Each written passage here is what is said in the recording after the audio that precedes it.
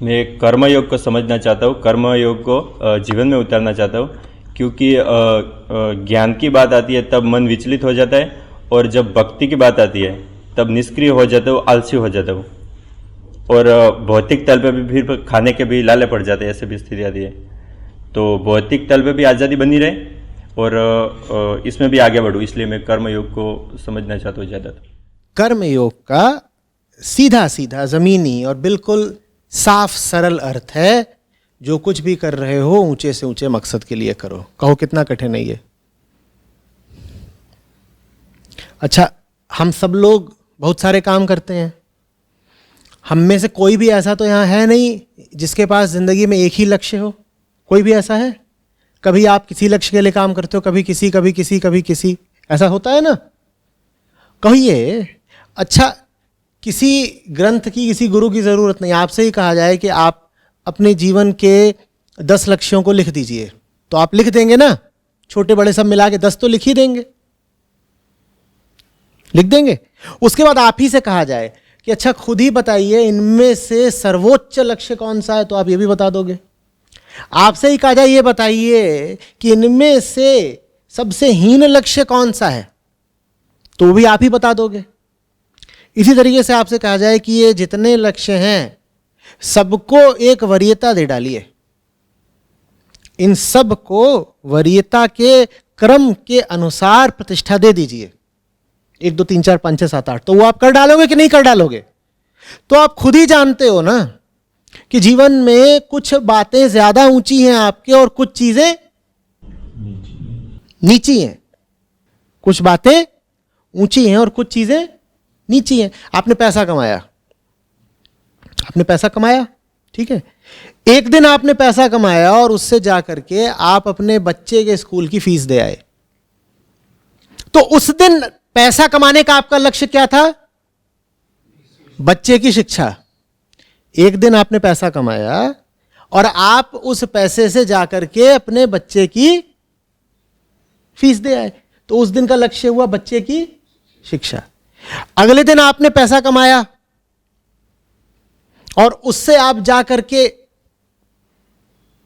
अपने लिए ही कोई आभूषण ले आए, कह रहे हैं आज जरा जरा गले में एक सोने की चेन कर लेते हैं, या पत्नी के लिए अंगूठी ले लेते हैं। तो उस दिन की कमाई का क्या लक्ष्य हुआ?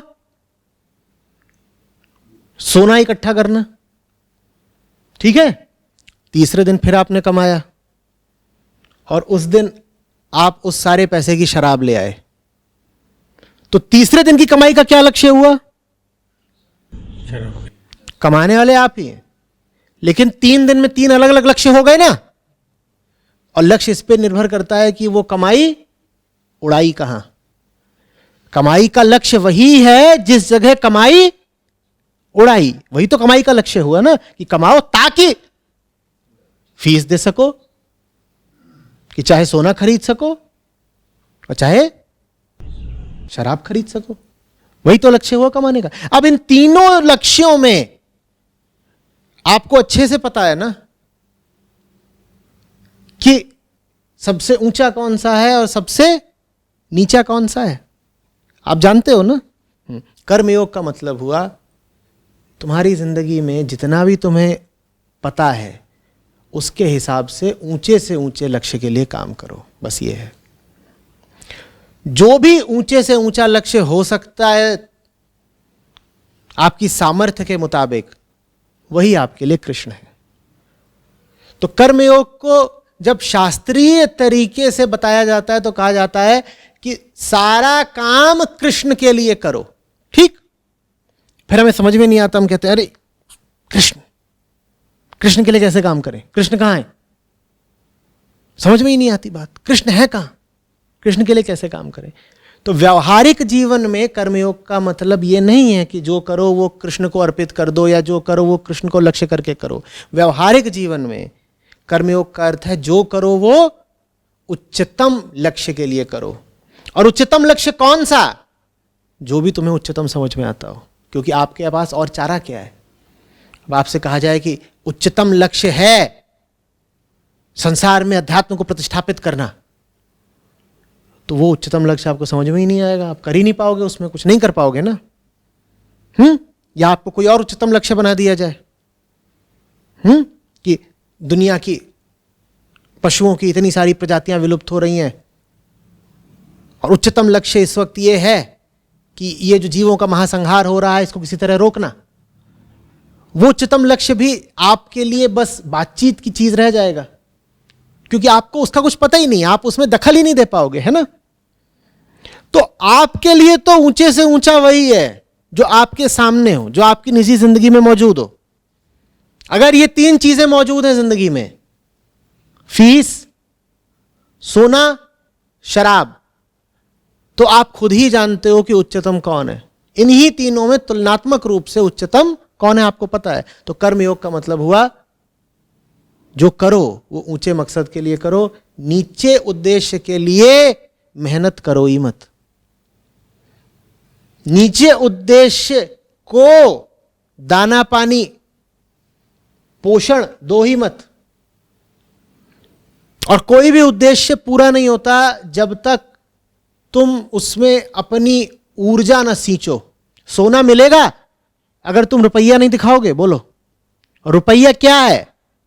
वो आपका श्रम है ना। तो वो सोना कहां से आया? आपके श्रम माने आपके कर्म से आया। सोना कहां से आया? कर्म से आया।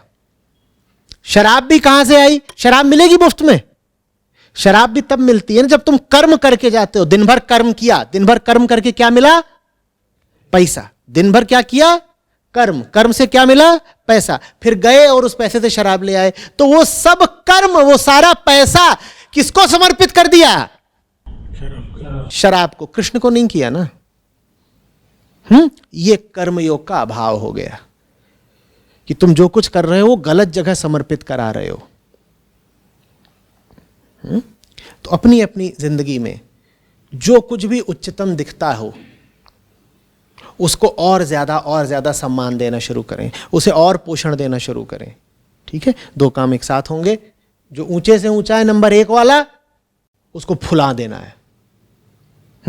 उसको आप जितनी भी राशि देते हैं उसका अनुपात बढ़ा देना है। भाई हम सब जीवन में बजटिंग करते हैं ना, बजट। हम कहते हैं मेरे पास इतना है खर्च करने को, और खर्च करने को आपके पास जितना भी है वो कहां से आया है? श्रम माने कर्म से। तो इतना है। फिर हम इसकी क्या करते हैं?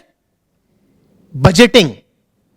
हम कहते हैं अब इसका इतना हिस्सा इस काम को दूंगा, अब मैं इसका इतना हिस्सा इस काम को दूंगा, अब मैं इसका इतना हिस्सा इस काम को दूंगा। ये करते हैं ना। तो कर्मयोग का मतलब हुआ बजटिंग सही से करो भाई। जो चीज आवश्यक है उसको अपने कुल संसाधनों का बड़े से बड़ा हिस्सा दो, और जो चीज अनावश्यक है उसका हिस्सा कम से कमतर करते जाओ। यह कर्मयोग है। अब ये बहुत कठिन है क्या? बात बिल्कुल सीधी है ना। ये खुद ही आप कर लीजिएगा। आज के सत्र के बाद बना लीजिएगा कि आपका जितना संसाधन है, संसाधनों का आपका जो पूरा समुच्चय है, जो पूरा सेट है, वो कहां खर्च होता है। ठीक है, उसमें संसाधनों में आप चाहें तो बस 2 से ही शुरुआत कर लीजिए, पैसा और समय। पैसा और समय। पैसे में बहुत सारी चीजें आ गई। पैसा माने श्रम भी आ ही गया, बिना श्रम के तो पैसा आएगा नहीं। ठीक है, तो देख लीजिए कि आपका पैसा है वो किन 10 जगहों पर जाता है, लिख लीजिए। ठीक है, और फिर उनको प्राथमिकता के क्रम में अवस्थित कर लीजिए।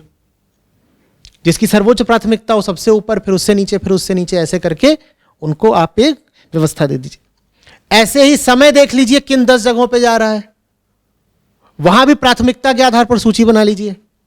ठीक है, और फिर ये संकल्प उठा लीजिए कि जो नीचे की 2-3 चीजें हैं इनको क्या करता चलूंगा? कम से कम। तुरंत हटा नहीं पाएंगे। तुरंत हटा सकते होते तो अब तक हटा दी होती, मौजूद ही नहीं होती। तो अभी संकल्प बस ये करना है कि नीचे वाला जो है उसका बजट सिकोड़ दूंगा, छोटा कर दूंगा। 20% जाता था तो 12 कर दूंगा, और जो ऊपर वाला है उसको अगर 20% जाता था तो 30 कर दूंगा। ये मत कहिए कि ऊपर वाले को 20 से 80 कर देंगे। अगर कर सकते होते तो अब तक कर दिया होता। यकायक कुछ नहीं होता। वो सब फिल्मी मामले होते हैं जिसमें 1 मिनट के अंदर सब बदल जाता है और टन टनाटन, वैसा होता नहीं है। साधना का मतलब ही है कि जो होगा क्रमशः होगा, शनय शनय, इंक्रीमेंटली। ठीक है, कर्मयोग स्पष्ट। आचार्य जी, इसका एक फॉलोअप क्वेश्चन है। आपने बताया कि जो भी लक्ष्य है, सर्वोत्तम लक्ष्य, वो अपने हिसाब से आपको फिक्स करना है। तो जैसे मैं अपने पेरेंट्स, जैसे मेरे उनकी बात कर रहा हूँ, वो मेरे अंकल और मेरे पापा जो है, वो अपने हिसाब से वो सर्वोत्तम लक्ष्य पे काम करते हैं दिन रात। उनके लिए यही है कि घर अच्छे से चले, बच्चों की पढ़ाई, वो तो उन्होंने सब कर भी दिया है, घर भी है, सब कुछ है, पर उनके पास और कुछ है ही नहीं और जीवन में कुछ और प्रगति भी नहीं है। तो क्या वो कर्मयोग कर रहे हैं? ये उत्तर उनके लिए था ही नहीं। ये उत्तर उनके लिए था जिनके जीवन में कम से कम इतनी ईमानदारी है कि इस तरह की एक वार्ता में मेरे सामने आकर बैठे हैं। क्योंकि मैं ये मान रहा हूं कि फैसला तो आपको ही करना है कि नंबर 1 पे कौन बैठेगा और नंबर 10 पे कौन बैठेगा। ठीक है ना? और वो फैसला आपके अलावा कोई कर भी नहीं सकता, मैं तो नहीं कर सकता। मैं वो फैसला मान लीजिए कर भी दूं एक बार को, तो आप वो फैसला मानोगे क्यों? मैं जो भी फैसला दे दूं, उस फैसले को निष्पादित कौन करेगा? एग्जीक्यूट आप ही तो करोगे ना। आप दिल से अगर राजी नहीं हो मेरे फैसले से, तो क्या आप उसको अपनी जिंदगी में कार्यान्वित करोगे? नहीं करोगे ना। तो इसीलिए ये बात मैं सिर्फ उन लोगों से बोल रहा हूं जो कि दाम चुका करके, मेहनत करके, दूरी तय करके, समय लगा करके आधी रात को इस वक्त मेरे सामने बैठे हुए हैं। यह संदेश सबके लिए नहीं है। आप यहां सामने बैठे हो, इसी से तय हो जाता है कि आप में इतनी ईमानदारी तो है कि आप मानते हो कि आपको बदलाव की और सुधार की जरूरत है। आप मानते भी हो और आप उसका मूल्य भी चुका रहे हो।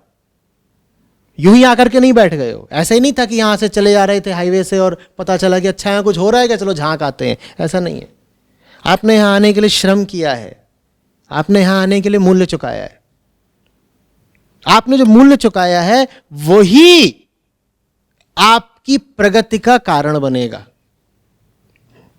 बात समझ रहे हो ना? मूल्य बराबर ईमानदारी से यह मानना कि मुझे सुधरने की और बदलने की जरूरत है। जो लोग अपने घर पर बैठे हुए हैं वो तो ये मान ही नहीं रहे ना कि उन्हें सुधरने बदलने की जरूरत है।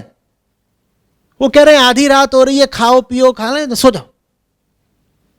ये बोल भी रहे होंगे आचार्य जी, तो कभी ना कभी वीडियो में आ ही जाएगा।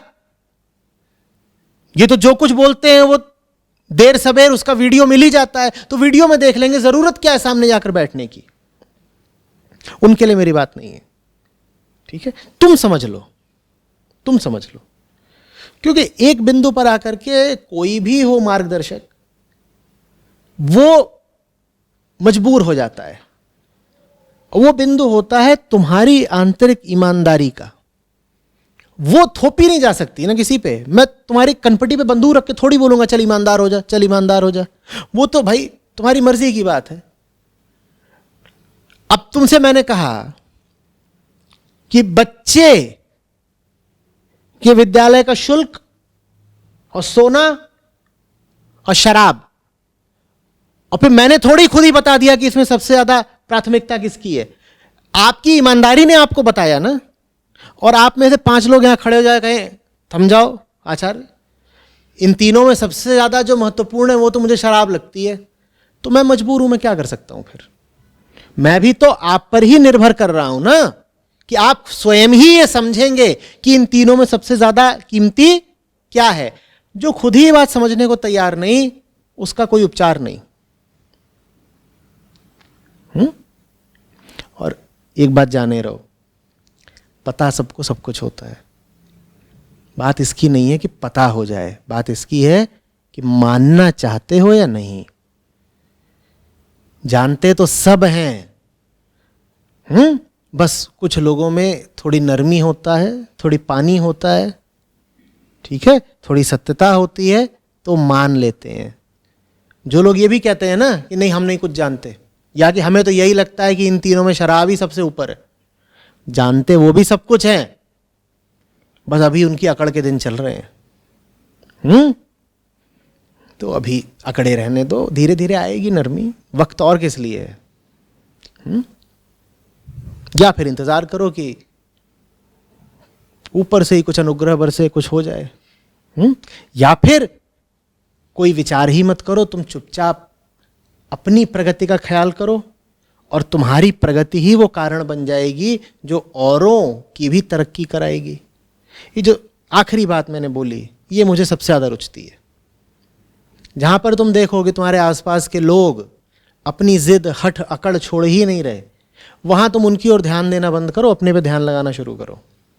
एक सीमा तक ही कोई किसी को समझा सकता है। देखो छोटे बच्चे थोड़े ही हैं कि जहाँ उठा के बैठा दोगे वहाँ लोग बैठ जाएंगे, जो कपड़ा पहना दोगे पहन लेंगे, ऐसा तो है नहीं। सब वयस्क हैं, सबको अपनी ज़िंदगी खुद जीनी है। तो एक सीमा तक ही कोई किसी को बता सकता है, समझा सकता है। कोई न सुने फिर उसके बाद तो बलात् कोशिश नहीं करनी चाहिए, अपने पर ध्यान दो। वो ज़्यादा अच्छा तरीका है दूसरे में बदलाव लाने का। तुम बदलोगे, तुम वो रोशनी बन जाओगे जिसकी मदद से दूसरे भी अपना रास्ता देख पाएंगे। ठीक है।